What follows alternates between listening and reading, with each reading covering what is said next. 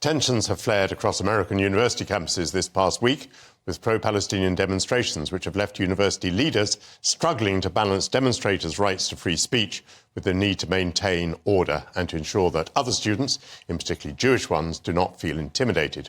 The latest protests, which demand that universities cut ties with organisations that might assist Israel's military, began after police arrested pro-Palestinian demonstrators at Columbia University last week, leading students at more than 20 colleges to put up tent encampments as expressions of solidarity, but in defiance of police warnings. The Israeli Prime Minister, Benjamin Netanyahu, on Wednesday condemned pro-Palestinian protests at the universities in the United States as horrific, saying that the demonstrations have to be stopped and describing some of the students as anti-Semitic. To discuss this, I'm joined by the Executive Director of StandWithUsUK, Isaac Zarfati. Welcome to GB News. There's nothing very unusual about student unrest, student protest. Certainly happened big time in my day. Why does Benjamin Netanyahu get so excited about this? Why does he think that it's anti-Semitic? Why does he think that it has to be stopped?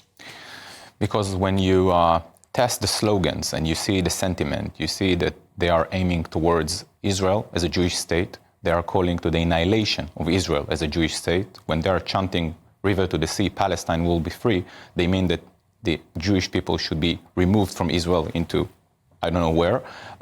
So obviously we are seeing a very strong anti-Semitic trend, and I think that that's why he meant what he meant. But generally, I think that what we see right now on campuses is part of a well-organized plan. We are monitoring the situation on campuses here in the UK for many years, and we saw this growing toxic environment year by year. So, for instance, right after October 7th, hours after the massacre, we saw students in Manchester University and other London universities actually celebrating a slaughter of 1,200,000 people. So I think that right now we are moved to a new phase in what we saw in the last few years. So it is your suggestion that what is happening in these American campuses is organised by somebody or something. Do you want to put your finger on that? Yeah, I think that we can see signs for that. So first of all, when you see the protests on the streets and when you see the protests on campus, you can see that they all holding the same signs, the same design, the same chants, the same flag. So it's well organized in terms of everything that happens around it. And you see the timing, like one might ask himself, October 7th happened half a year ago. Why those protests got to their peak specifically right now? Why not before? Obviously, I think the IDF is already finished the most intense part of the war. Situation is much calmer right now compared to what it was 3 months ago. So why now? And I think that one of the reasons is in order to prevent and put pressure on Israel not to get into Rafah, in order to eliminate the Hamas leadership. And for me, these are signs that those protests are part of a well-organized structure that is meant to put pressure not only on Israel, but also on America, on the United States. That's why I think that those protests are right now, or the extreme phase of those protests are taking place in the United States and not in Germany, in the UK, or any other Western countries. I imagine that few cities in the world have a bigger Jewish population than New York City. So what has been the reaction of the Jewish population in New York to what's happening in Columbia, in the heart of Manhattan?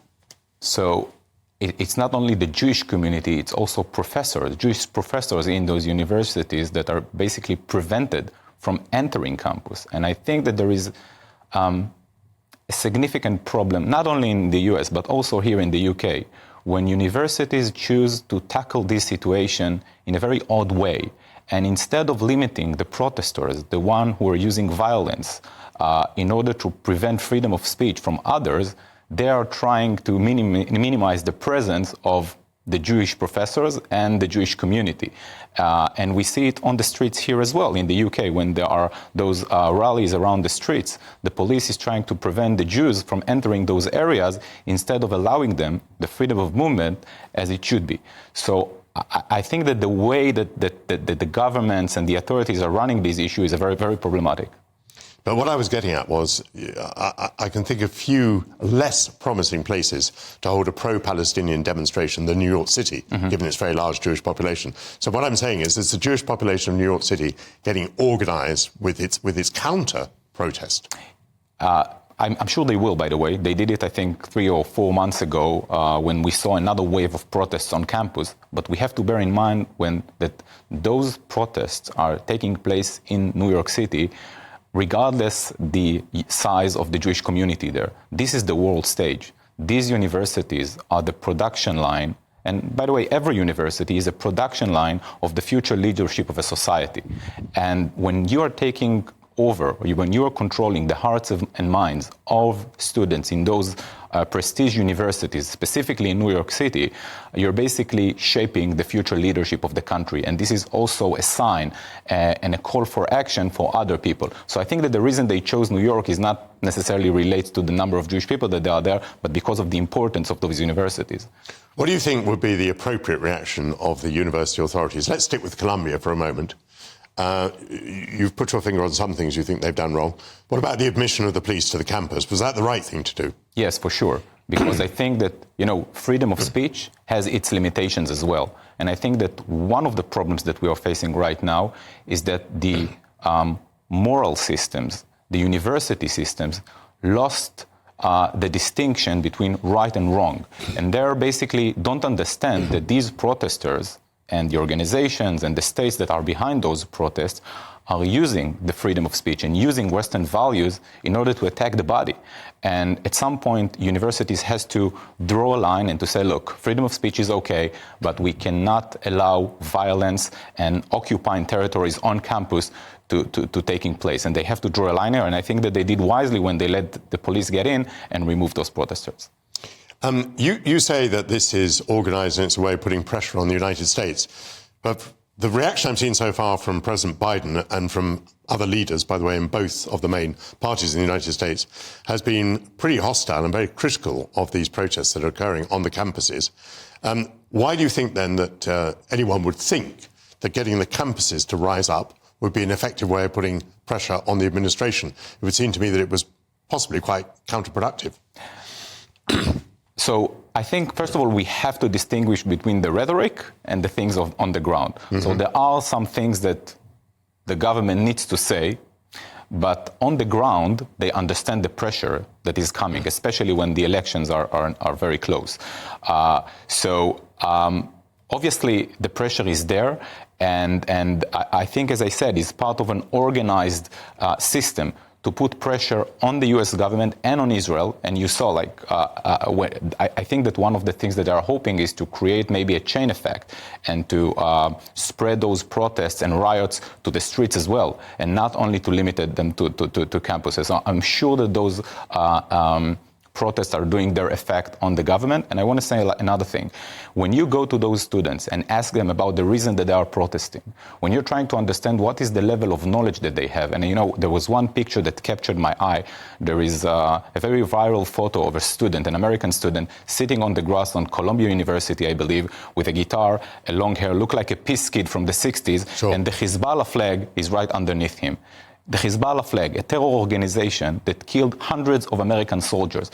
So obviously, this kid is rather an ignorant, or he knows what he does and is and that is another level. But I think that the level of ignorance among those students are huge.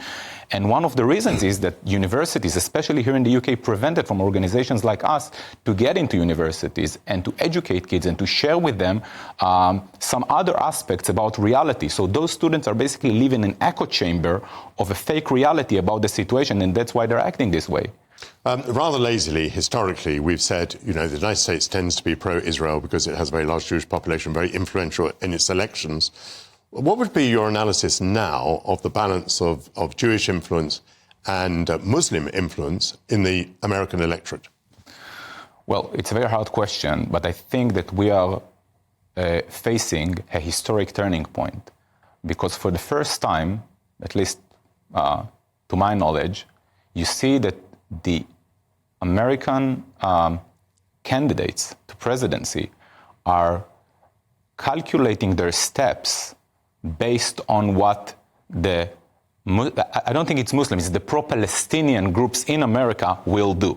And when you see the president, trying to be very sensitive with regards to his statements and steps towards Israel in the war, mixing with his decisions, that's something very problematic. And I think that we will see it growing and growing in the future. And that's something that we need to be to put our attention on. A very interesting analysis from Isaac Zarfati. Thank you very much indeed.